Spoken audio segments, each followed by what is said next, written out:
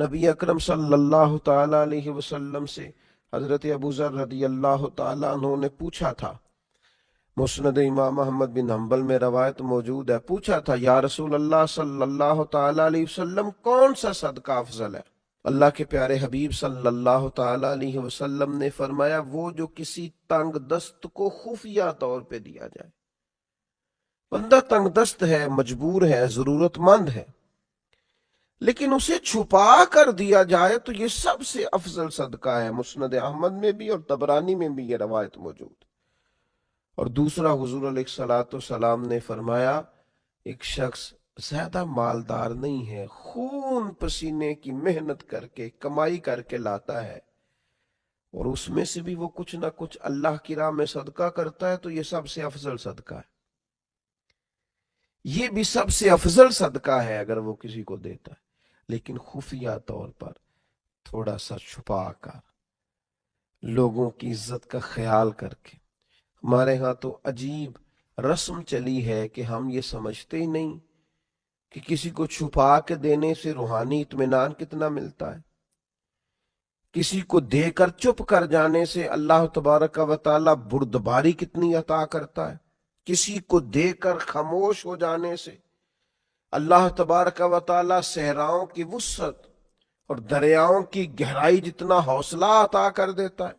انسان اپنے چھوٹے سے قالب کے اندر، اپنے دل کے اندر کتنی وسعت محسوس کرتا ہے، اس نے اللہ کے بندے کو دیا ہے اور پھر وہ خاموش ہو گیا، پھر اس نے اجر اپنے اللہ پہ چھوڑ دیا ہے، اس نے پھر جزا اپنے مالک سے لینی ہے، یہ ارادہ کر لیا۔ یہ چیز انسان کو طاقتور کرتی ہے، ذہنی طور پر، قلبی طور پر، فکری طور پر اسے مضبوط کر دیتی۔ اللہ کی راہ میں خیرات کرتے ہیں۔ کس طرح خیرات کرتے ہیں؟ صبح بھی کرتے ہیں، شام بھی کرتے ہیں، اعلانیہ بھی کرتے ہیں، چھپا کر بھی کرتے ہیں، بس کرتے رہتے ہیں اللہ کی بارگاہ میں خیرات۔ اللہ تبارک و تعالی ان لوگوں کے خوف، ان لوگوں کے حزن، ان کے غم، ان کے ڈر نکال دیتا ہے، انہیں ذہنی آسودگی اور قلبی اطمینان حاصل ہوتا ہے۔ اپنی زندگی میں یہ لوگ خوبصورتی کے ساتھ وقت گزارتے ہیں، اطمینان کے ساتھ وقت گزارتے ہیں، انشراح صدر ان لوگوں کو اللہ تعالیٰ عطا کرتا ہے۔ یقیناً اس آیہ کریمہ میں بیان فرمایا کہ اعلانیہ صدقہ کرتا ہے اگر کوئی شخص تو وہ کر سکتا ہے، اور مفسرین نے تصریح فرمائی ہے کہ اگر آپ اس طرح صدقہ کرتے ہیں کہ آپ کو دیکھ کر کسی اور کو بھی رغبت ہوگی تو اس نیت کے ساتھ، اخلاص کے ساتھ کہ دے تو اللہ کی رضا کے لیے رہیں، لیکن مقصود یہ ہے کہ آپ دیتے ہیں تو کسی اور کی بھی توجہ ہوگی، تو اعلانیہ دینا اس صورت میں درست ہے۔ لیکن زیادہ فضیلت کیا ہے، زیادہ عظمت کیا ہے کہ سیدھے ہاتھ سے دیا جائے اور دوسرے کو پتہ نہ چلے۔ ہم دیکھتے ہیں کہ ہمارے زمانے کے اندر آہستہ آہستہ اعلانیہ دینے کا ہی رواج ہو گیا ہے۔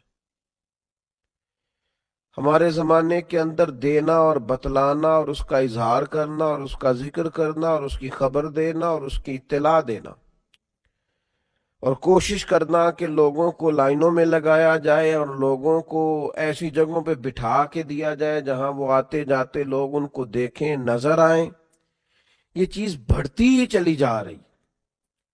چھپا کر اللہ کے بندوں کی عزت نفس کا خیال کر کے، ان کے وقار کا خیال کر کے، مومن کی عزت اللہ کی بارگاہ میں کعبے سے بھی زیادہ،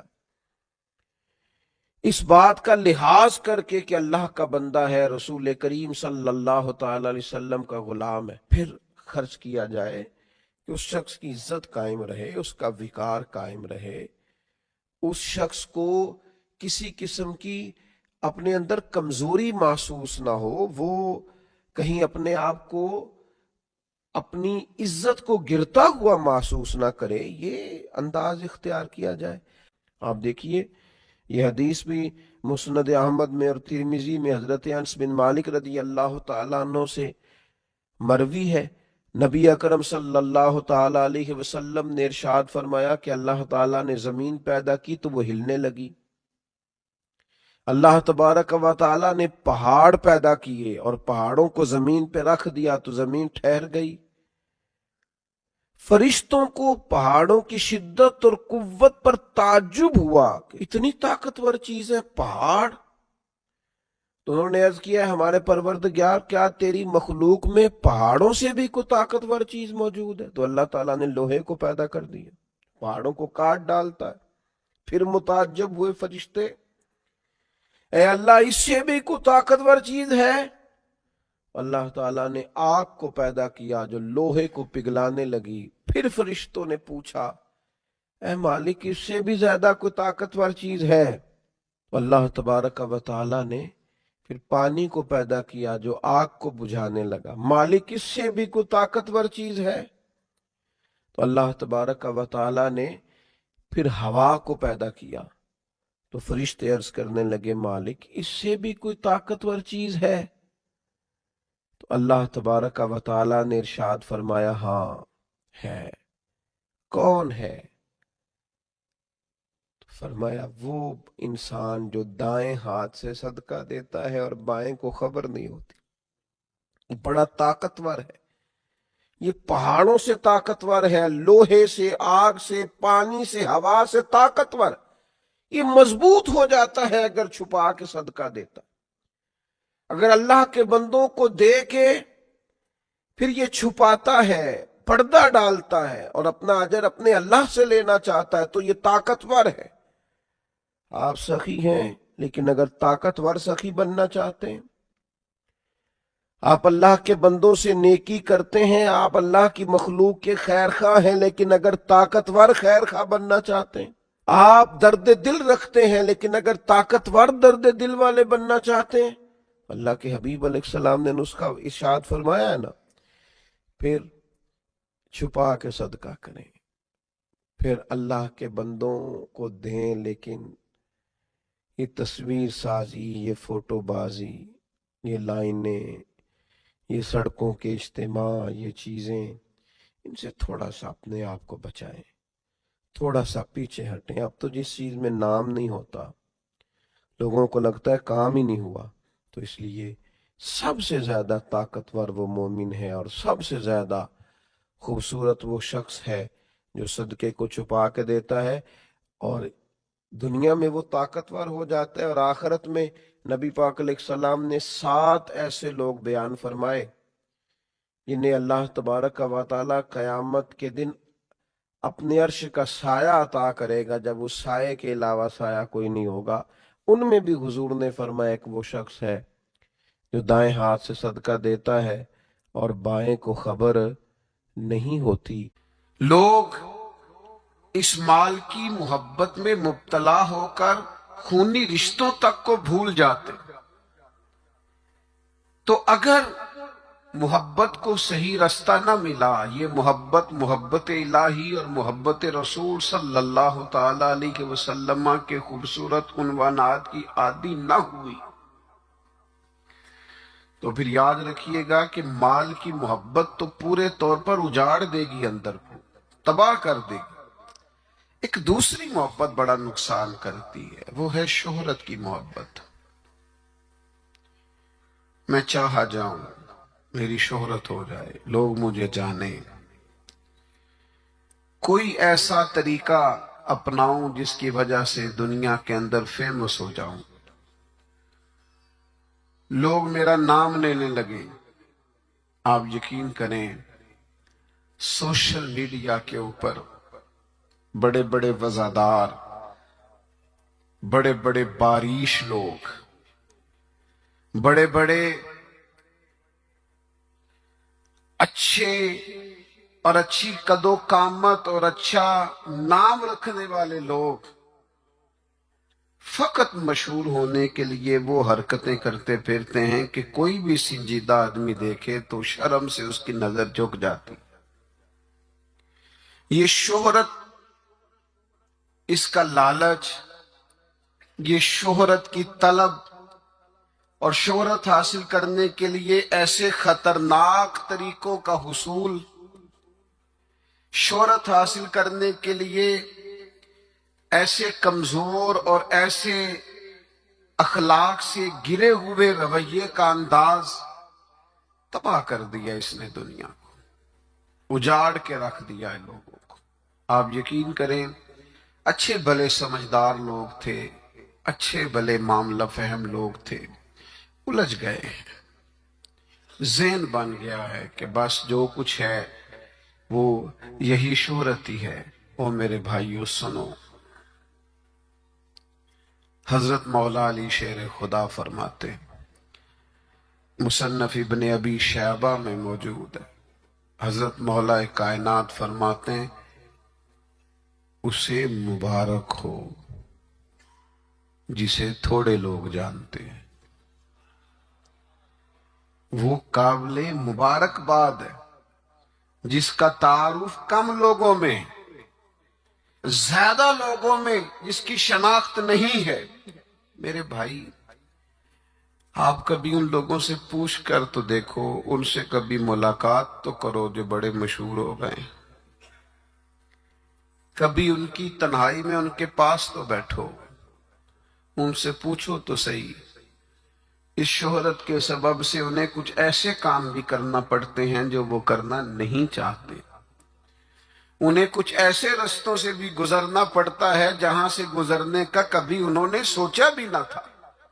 وہ تو چاہتے تھے کہ کوئی تنہائی ہوتی، قرآن مجید کا نسخہ ہوتا، 500 دانے والی تسبیح ہوتی، کہیں مصلے کا نور ہوتا، دل میں ہو یاد تیری گوشہ تنہائی ہو، پھر تو خلوت میں عجب انجمن آرائی ہو۔ دل چاہتا تھا لیکن یہ شہرت، اس کی طلب۔ ہاں ایک بات ہے، اگر آپ شہرت چاہتے ہیں، معروف ہونا چاہتے ہیں، مشہور ہونا چاہتے ہیں، بہت سارے لوگوں میں چاہتے ہیں کہ آپ کا نام سنہری حروف سے ہو اور زیادہ لوگ آپ کو جانے پہچانے، تو قرآن مجید نے نسخہ دیا ہے۔ فرمایا ان الذین آمنوا وعملوا الصالحات سیجعل لهم الرحمن ودا، جو ایمان لانے کے بعد نیک عمل کرے گا رب لوگوں کے دلوں میں محبت پیدا فرما دے گا، رحمان ایسا ماحول بنا دے گا کہ ان لوگوں کے دلوں میں، اللہ تعالیٰ لوگوں کے دلوں میں اس بندے کی محبت پیدا کر دے گا۔ ایک اور محبت ہوتی ہے، اولاد کی محبت، بڑی اچھی محبت ہے، ہونی چاہیے، لیکن اگر یہی اولاد شریعت کے رستے میں آنے لگے، اگر یہی اولاد اس طرح کا رویہ اختیار ہونے لگے کہ آپ کو اس کی خاطر حلال حرام کی تمیز بھولنا پڑے، یا اولاد کہیں رکاوٹ بنے شریعت کی راہ میں، تو پھر قرآن مجید نے کہا انما اموالکم و اولادکم فتنہ، پھر یہ تمہارے لیے آزمائش ہے، پھر تمہیں تھوڑا غور کرنا پڑے گا، تمہیں پھر دیکھنا پڑے گا، پھر تمہیں توجہ کرنی پڑے گی کہ کہیں اللہ رسول کے رستے میں تو نہیں آ رہی۔ حضرت ابوبکر صدیق رضی اللہ تعالیٰ عنہ کے بیٹے نے ایک دفعہ کہا تھا کہ ابا جی، مسلمان ہونے سے پہلے جب بدر کے دن میں کفار کی طرف سے لڑتے ہوئے آ رہا تھا تو آپ میری تلوار کی زد میں آ گئے تھے، میں آپ کو قتل کر سکتا تھا پر میں نے باپ سمجھ کر کے چھوڑ دیا۔ تو سیدنا ابو بکر صدیق فرمانے لگے بیٹا تو ابھی کلمہ نہیں پڑھتا تھا، تو نے مجھے باپ سمجھ کے چھوڑ دیا، اگر تو بدر والے دن میری تلوار کے نیچے آتا تو میں تجھے کبھی بیٹا سمجھ کے معاف نہ کرتا، دین کا مخالف سمجھ کے قتل کر دیتا۔ اس لیے کہ جو اولاد شریعت کے رستے میں آئے گی، دین کے رستے میں آئے گی، پیغام حق کے رستے میں آئے گی، اسے اولاد سمجھ کر درگزر تھوڑا کیا جائے گا۔ میرے عزیزو، وطن کی محبت بھی کبھی غالب آتی ہے، علاقے کی محبت بھی کبھی غالب آتی ہے۔ انسان جہاں پیدا ہوتا ہے، جہاں جوان ہوتا ہے، جہاں وقت گزارتا ہے، جہاں اس کے احباب ہوتے ہیں، جہاں اس کی دوستیاں ہوتی ہیں، جہاں اس کے تعلقات ہوتے ہیں، وہ محبت بھی کبھی غالب آتی ہے۔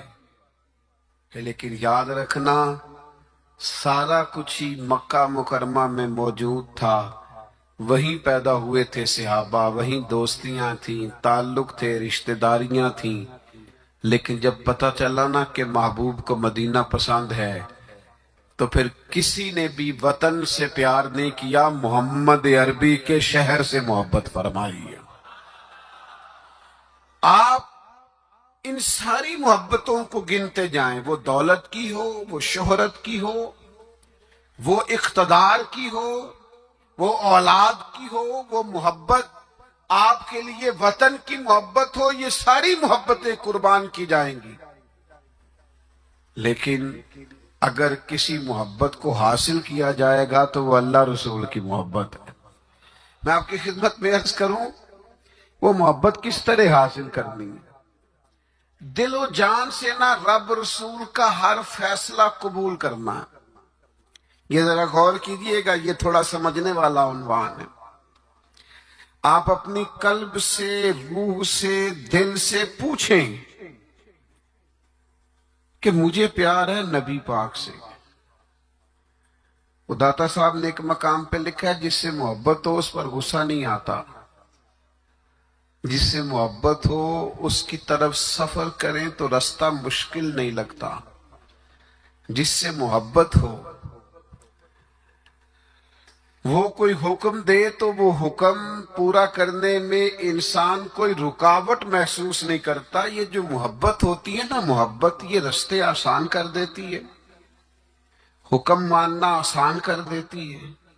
محبوب کچھ بھی کہہ دے، کسی وقت بھی کہہ دے، کسی رنگ میں بھی کہہ دے، کسی حال میں بھی کہہ دے۔ تو محبت ایک ایسی چیز ہے جو انسان کو اتنا خوبصورت بنا دیتی ہے کہ کمال ہو جاتا ہے۔ جب ایک انصاری نے نا نبی کریم علیہ السلام کا فیصلہ پورے طور پر نہیں نہ مانا، حضور نے ایک فیصلہ کیا، ایک انصاری تھے تو انہوں نے وہ فیصلہ پورے طور پر تسلیم نہیں کیا۔ اللہ تعالیٰ نے نا قرآن مجید میں ایک انوکھا انداز اختیار کیا، اور اس انداز کی قرآن مجید میں یہ واحد آیت ہے۔ اللہ کریم نے ارشاد فرمایا فلا وربک، محبوب مجھے تیرے رب کی قسم۔ اللہ کرے آپ کو سمجھ آئی ہو، قرآن مجید کی لذت آئی ہو۔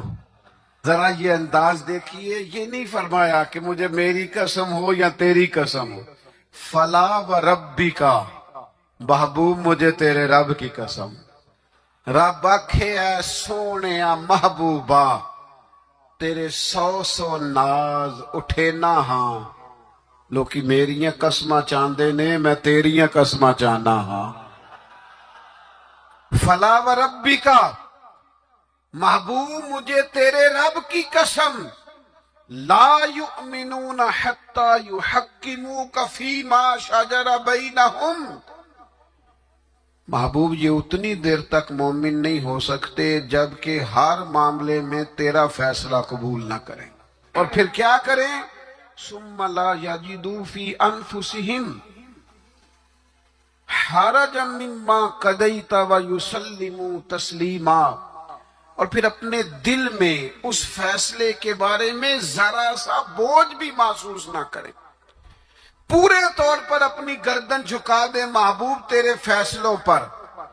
جب تک یہ والا رویہ اختیار نہیں نہ کرتے کہ تیرا ہر فیصلہ قبول ہو، تیری ہر بات قبول ہو، تیرا ہر رنگ قبول ہو، جب تک یہ تسلیم نہیں کرتے اتنی دیر تک رب ان کا ایمان قبول نہیں فرماتا، جب تک پورے طور پر قبول نہیں نہ ہوتے فیصلے۔ اچھا میں آپ کی خدمت میں ایک بات عرض کروں،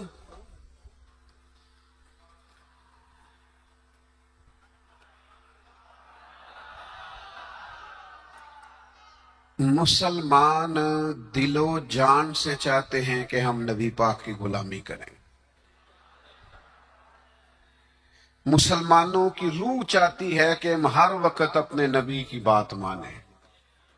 میں نے ایسے لوگوں کو دیکھا ہے جو بظاہر دین سے بڑے دور نظر آتے، جن کے بارے میں لوگوں کا خیال ہے کہ شاید بڑے گناہگار ہیں، نوجوان ہیں، دنیا دار ہیں، کچھ ایسے محکموں سے وابستہ ہیں جن کے بارے میں بعض اوقات بعض لوگ خیال کرتے ہیں کہ شاید یہ بالکل دین سے دور ہے. لیکن میں نے ہر قسم کے لوگوں میں وقت گزارا ہے، نوجوانوں کے ساتھ سفر کیے ہیں، ان کے بیچ بیٹھ کر ٹائم گزارا ہے. میں آپ کو سچ کہتا ہوں، تجربے کے بعد کہتا ہوں، سمجھ بوجھ کے کہتا ہوں، کلین شیو والے نوجوانوں کی آنکھوں میں حضور کی محبت کے لیے آئے ہوئے آنسو دیکھ کے کہتا ہوں. چڑھتی جوانیاں جو مدینے کے لیے تڑپتی ہیں، ان جوانیوں کے دامن سے پھوٹنے والی ضیائیں دیکھ کر کہتا ہوں، چاہتے ہیں مسلمان حضور کی غلامی کریں. صرف مسئلہ پتہ کتنا ہے؟ بارش کا پہلا قطرہ نہیں بنتے، قدم نہیں اٹھاتے، فیصلہ نہیں کرتے. اپنے اندر وہ جو ولولہ ہے، وہ جو شوق ہے، اس کو نہ عملی جامہ نہیں پہناتے. آپ کے اندر تڑپ ہے، بس آپ شروع کریں. چھوڑیں آپ کسی سے پوچھنا کیوں ہے، بس شروع کر دیں درود و سلام پڑھنا. چھوڑیں ماحول کو کیا دیکھنا ہے. اگر آپ کو پتہ چل گیا ہے کہ محبوب کو داڑھی والا چہرہ پسند ہے تو پھر کسی کو پسند ہو نہ ہو، رنگے چمن پسند، نہ پھولوں کی بو پسند، ہم کو ہے وہ پسند جسے آئے تو پسند. پھر فیصلہ کریں، پھر توجہ کریں. نبی پاک علیہ الصلوۃ والسلام کبھی اشارتاً بھی کوئی بات کرتے نا. اچھا، میں بہت سارے صوفیاء کو جب پڑھتا ہوں نا، اور بالخصوص عاشقوں کی داستانیں پڑھتا ہوں، تو جو رنگ عاشقوں نے پیش کیا ہے نا، وہ کسی اور کے بس کی بات ہی نہیں. یہ جو عشاق ہوتے ہیں نا، عشاق، ان کے نا ذرا انداز ہی تھوڑے نرالے ہوتے ہیں. الٹی ہی چال چلتے ہیں دیوان گانے عشق، یہ آنکھوں کو بند کرتے ہیں پر دیدار کے لیے.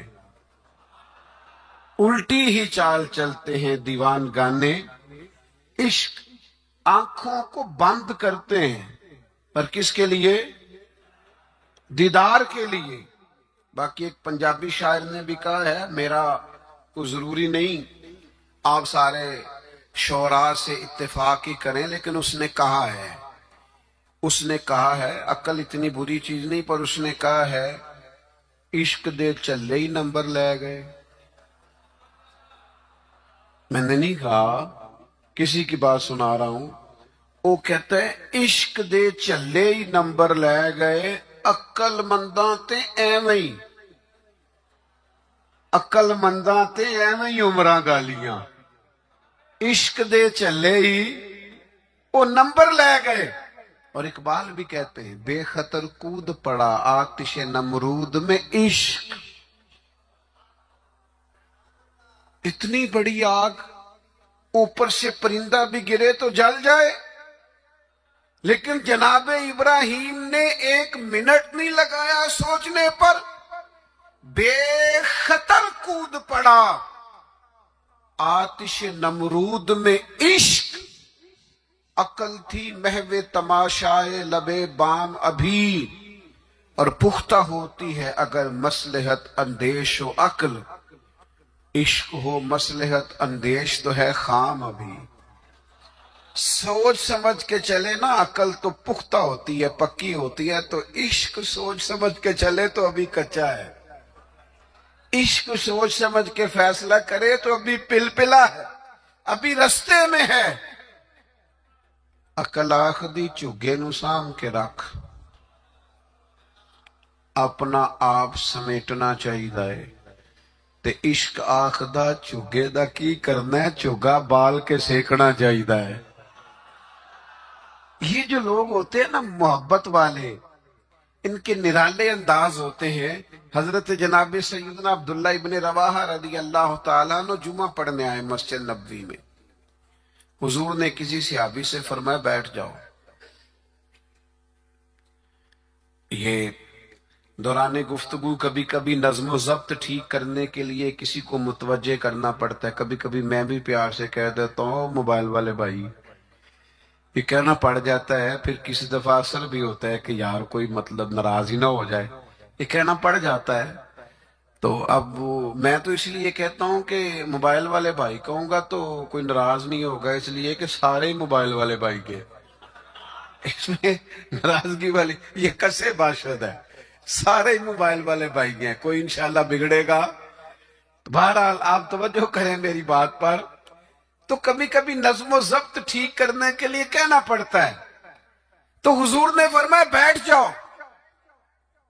کہہ دیا کسی کو. حضرت عبداللہ بن رواحہ رضی اللہ تعالیٰ عنہ مسجد نبی شریف کے دروازے پہ تھے، ان کے کانوں میں آواز گئی، وہیں بیٹھ گئے. نبی پاک صلی اللہ تعالیٰ علیہ وآلہ وسلم نے نماز کے بعد فرمایا عبداللہ وہیں بیٹھ گئے، حضور آپ نے کہا نہیں تھا. تو جو نبی پاک علیہ السلام نے اس پر تبصرہ کیا ہے نا، اسے ابن حجر اسقلانی نے لکھا ہے، حضور نے کسی سے کہا بیٹھ جاؤ، حضور نے کسی سے کہا بیٹھ جاؤ، پر محبت رسول کا عالم دیکھو. حضرت عبداللہ ابن رواحہ دروازے پر بیٹھ گئے، چونکہ حضور نے نام نہیں نہ لیا، وہ وہیں بیٹھ گئے.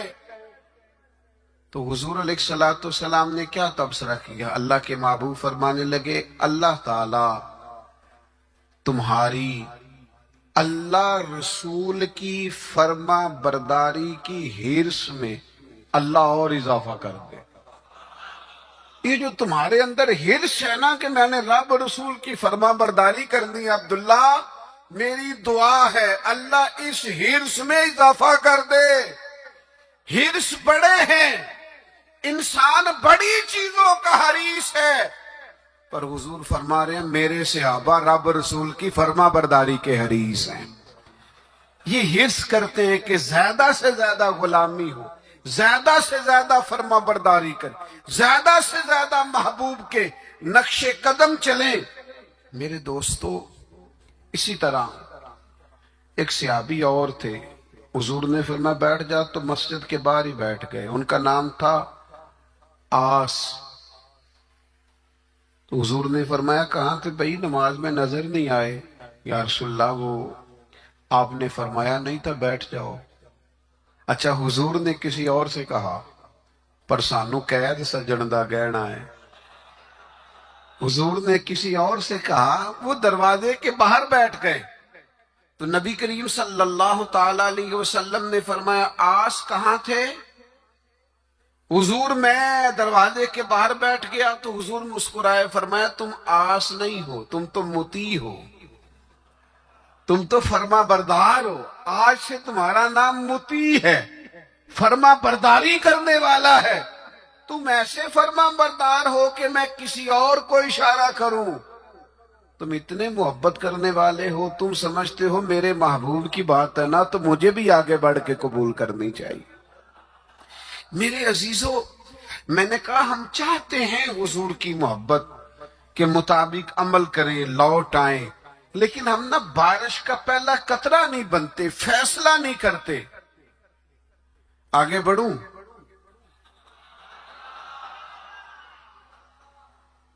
ہمارے ضمیر جاگ گئے ہیں، پتہ ہمیں چل گیا ہے کہ حال نہ جمہوریت، نہ ڈکٹیٹرشپ، نہ صدارتی نظام، نہ فلانا نظام. پتہ ہمیں چل گیا ہے کہ جینے کی طرف دیکھ، نہ مرنے کی طرف دیکھ.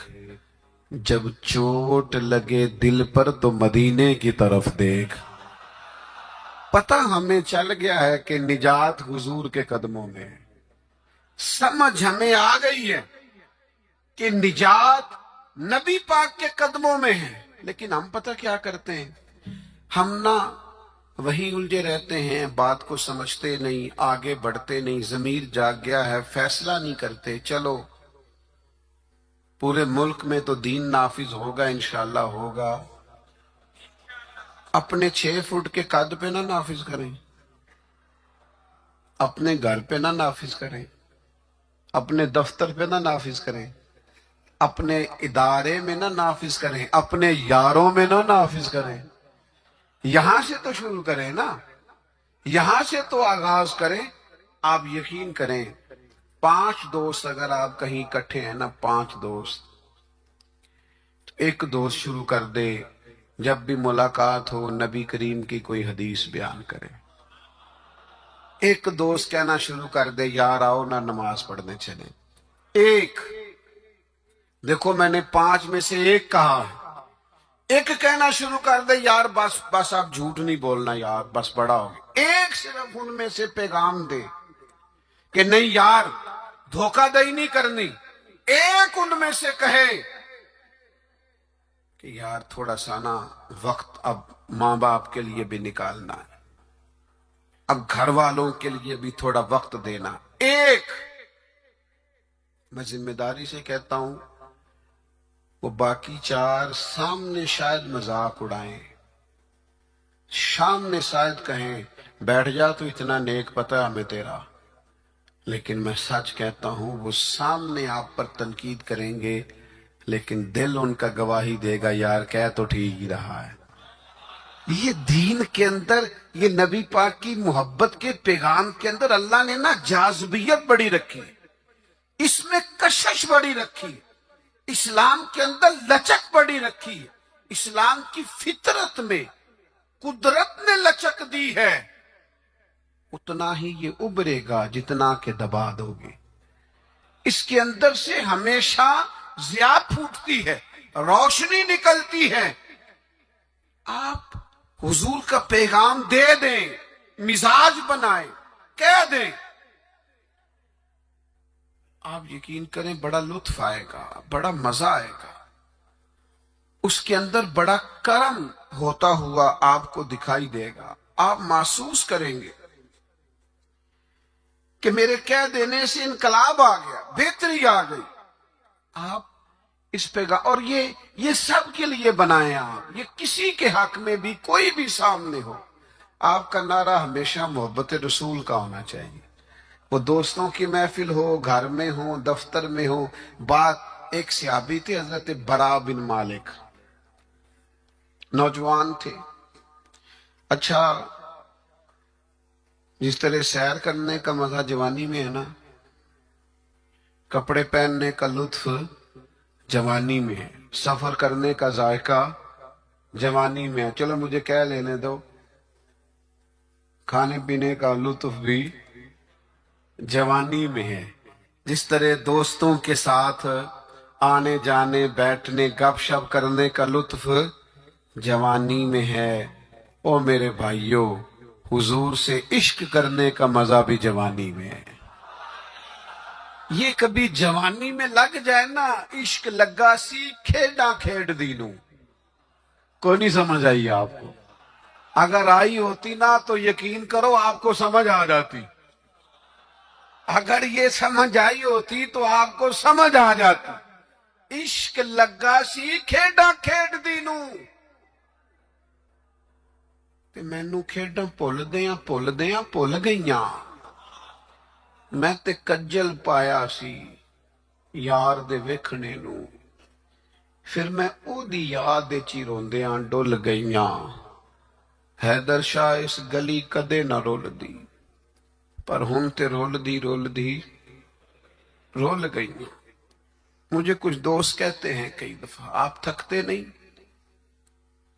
کبھی آپ بلوچستان میں ہوتے ہیں، کبھی آپ سندھ میں ہوتے ہیں، اگلے دن پتہ چلتا ہے کہ آپ لاہور کی کسی تقریب میں شریک تھے، پھر کچھ دنوں کے بعد ہمیں خبر آتی ہے کہ یہ تو بہاولپور پہنچ گئے. تو آپ تھکتے نہیں؟ تو میں کہتا ہوں کہ کبھی عرش پر کبھی فرش پر، کبھی در بدر کبھی ان کے در، غم عاشقی تیرا شکریہ میں کہاں کہاں سے گزر گیا. اور عدم سے لائی ہے ہستی میں آرزو رسول، کہاں کہاں لیے پھرتی ہے جستجو رسول. پر ایک شوق ہے ان سارے سفروں کا، ان ساری صحبتوں کا.